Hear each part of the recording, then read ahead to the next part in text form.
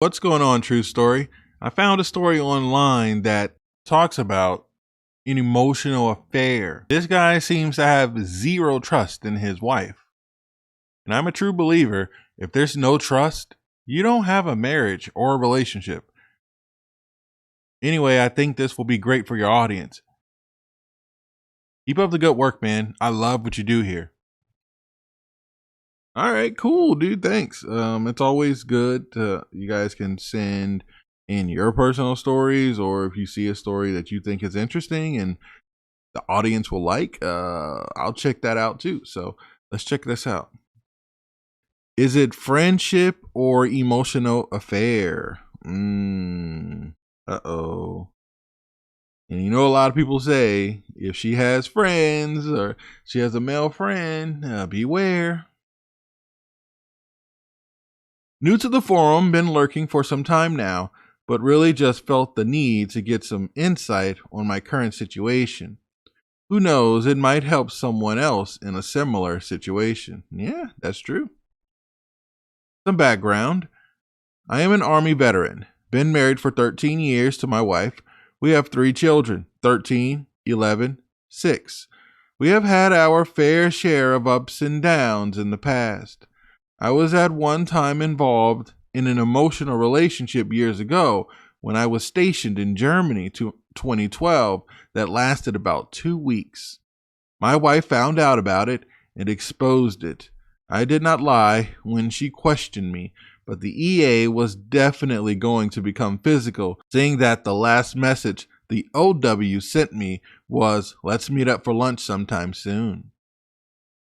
And OW is other woman. At that point, my wife had been obviously snooping until she saw that. That message stayed unanswered for an entire week because I wasn't sure I wanted to take it to the next level. But my wife was shut down, missed home, had no job yet, and wanted nothing to do with intimacy.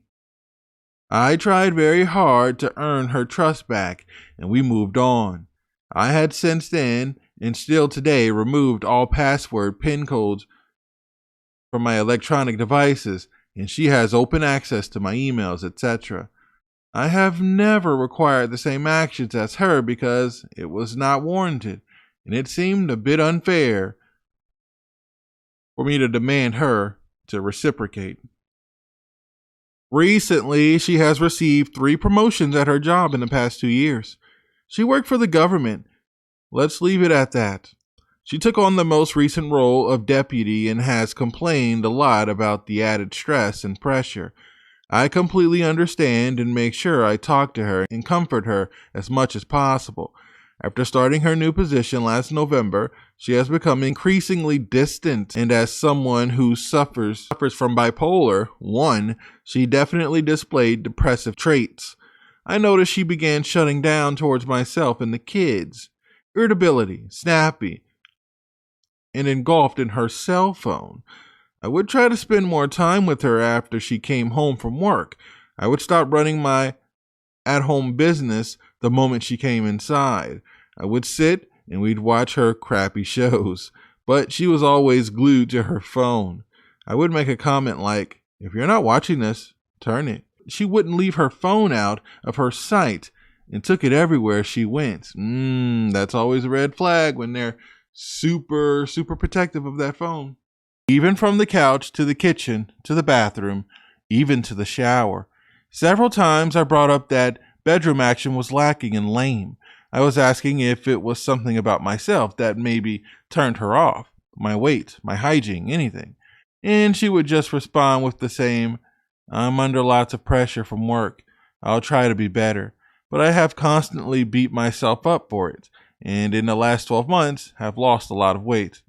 I'm 6'1" and was 258 pounds, and currently maintaining 200 pounds to 205 shredded. For the past 3 years, every June, she has to attend a work conference in another state for a week with her director and another deputy, which sucks for me, but it is what it is. This time, though, when she was there, she did not call or communicate as much as she usually does or has. Few text messages and phone calls, video calls to see the kids, and it was repeated all week. When she came home from the airport, she seemed stressed and distant. She didn't touch me all weekend and claimed it was because of her period, which started the day she came back. 2 weeks went by and we finally got it in. But I was almost for certain, without a doubt, that something else must be going on. If you felt the difference, something's up. The last week of June, I randomly decided to check my phone, the records, not to look at usage, but to surprise her with a new phone upgrade. I noticed mobile had actually messed up our billing and eventually got it squared away that day. I decided to look up my daughter's phone usage to make sure she wasn't buying a bunch of apps because she was using too much data. I decided to look at my wife's and didn't see anything out of the ordinary, but I noticed some phone numbers that I didn't immediately recognize. And when I did a reverse number lookup, I quickly realized it was from our group club soccer chat. Next day went by. It was a Thursday evening. Something told me to check the usage again, message, phone calls, and saw a new number that was not associated with the soccer group chat and was not associated with her known to me coworkers. I found out who the individual was and found his profile on Facebook. I was not immediately concerned because I was able to determine it was someone in the same work organization, but he was from upstate Maryland and the phone number as well. I started looking back as far as October last year and realized they started messaging back and forth since last November. Now from end of November to June before confronting her, it was literally like less than 250 messages total. Sometimes maybe 3 or 4 days each month. Some picture media was exchanged because the phone records tells you. What got me alarmed was they had a total of 26 messages in June alone, and all of them were during the time she was at her conference trip. The last message was literally on the same Thursday that I'm doing the investigation. At this time, she was pulling into the driveway and I quickly stopped investigating and was trying to hide my frustrations and urge to bombard her immediately without any real evidence of foul play. The only thing I had to go on was, this is someone she works with, and she has never brought him up, and I never knew he existed. That's a red flag. The next day, we were supposed to take a trip to our parents so the kids could spend a week with them, and before we left, I could no longer hold everything in. So I decided to ask her if there's anything she needed to tell me. If she was happy in our marriage, if she was speaking to anyone outside of our marriage, or if she was speaking to someone that I don't know about. She was adamant that nothing was going on, and I did not tell her what I knew or accused her of anything. She tried to throw me some bedroom action before we left hours later, and I declined. The next day at the parents' house, she was being extra clingy. I didn't want to really be next to her or close because I was afraid of blowing up. But she was being more nosy than ever, asking me what I was doing on my phone, but getting close each time to actually see my phone. Yep, she's feeling guilty. I thought it was strange, but I knew she was paranoid. I eventually pulled up Facebook Messenger and decided to message the guy and send him a respectful message asking what the nature of their relationship was and that I had noticed that they had been chatting every month since last November. He eventually responded with, "Hi, brother. We work together only. I promise, no foolishness." After an hour, she approached me again and was asking what I was doing, and I decided right there that I would just show her his profile. He was shocked and asking who it was. She looked confused and said she didn't know. So I said, "Well, he knows you." She began to tell one lie after another. There you go. Began to spill little by little bits of information. I knew, but I didn't want her to know what I didn't know. Yep, smart. That's smart. It was when I was asking if this same guy was at her conference that she looked pale, and she admitted he was there because he is also a deputy, but in another state. Our parents were trying to mediate as things got more and more heated. She began gaslighting and absolute denial of any wrongdoing. I was asking to see her phone, and eventually she agreed. His phone number was in her contacts with his name, but there were no messages. I tried to retrieve them, but iPhone only retrieved some of the recent messages totally unrelated that had been removed from the inbox. I was asking her why his messages from yesterday were not there and why it can't be found in recent deleted. She admitted then to my face, because I deleted them. Of course you did, man. Since then, we are on thin ice. She did finally admit to lying, which, I already knew, and has tried so hard to make this work. I was able to take her phone to a professional who can retrieve deleted stuff off the phone, and the only conversation I was able to get back and read. Honestly, I felt like an idiot at first because it was literally work related. The only thing that I didn't like was the last message, which said, "Hey, give me a ring tomorrow when you get in." What bothers me is that she lied. Exactly. Who cares what you found? She lied. She's hiding something, dude. She deleted the messages because she said she thought I would be upset and blow it out of proportion. I was asking what kind of media pictures were sent, about 5 total between the both of them in the past 7 months, and she claims she can't remember. She has since then taken all responsibility and wants counseling and has admitted to being depressed and distant, etc.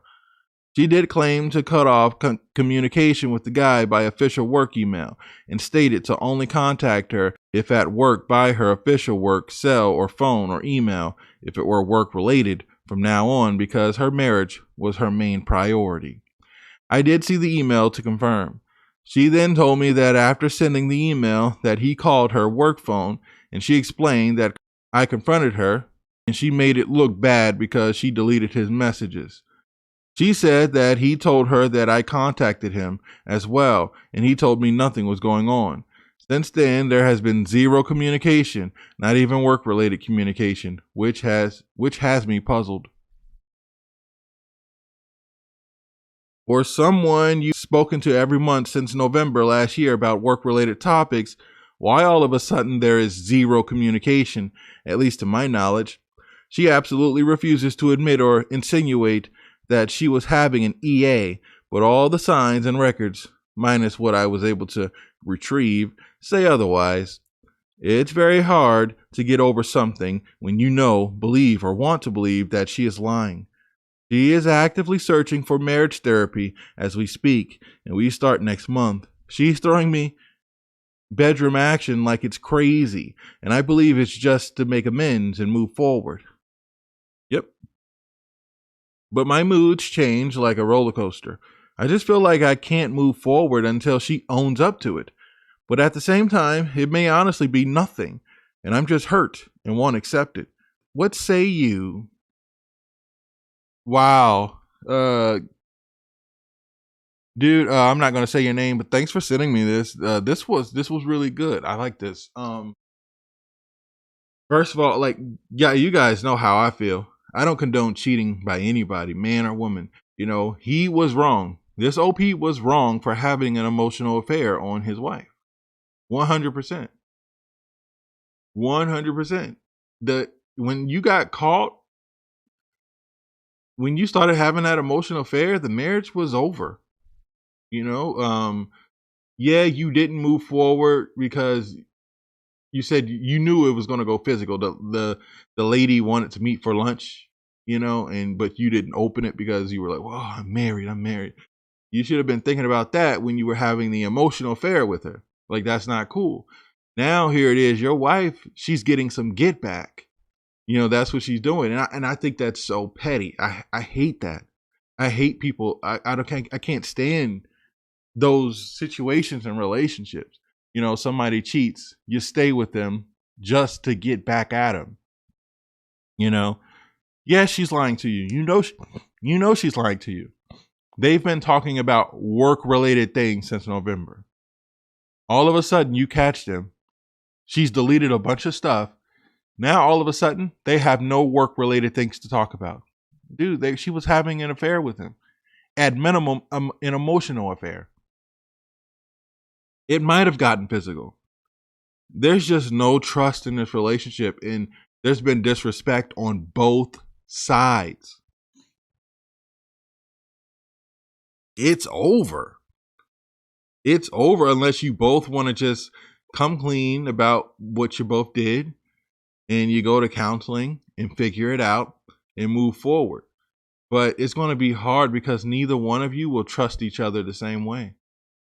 It'll take a professional to try to get you guys to get to a point to where, all right, look, we did what we did.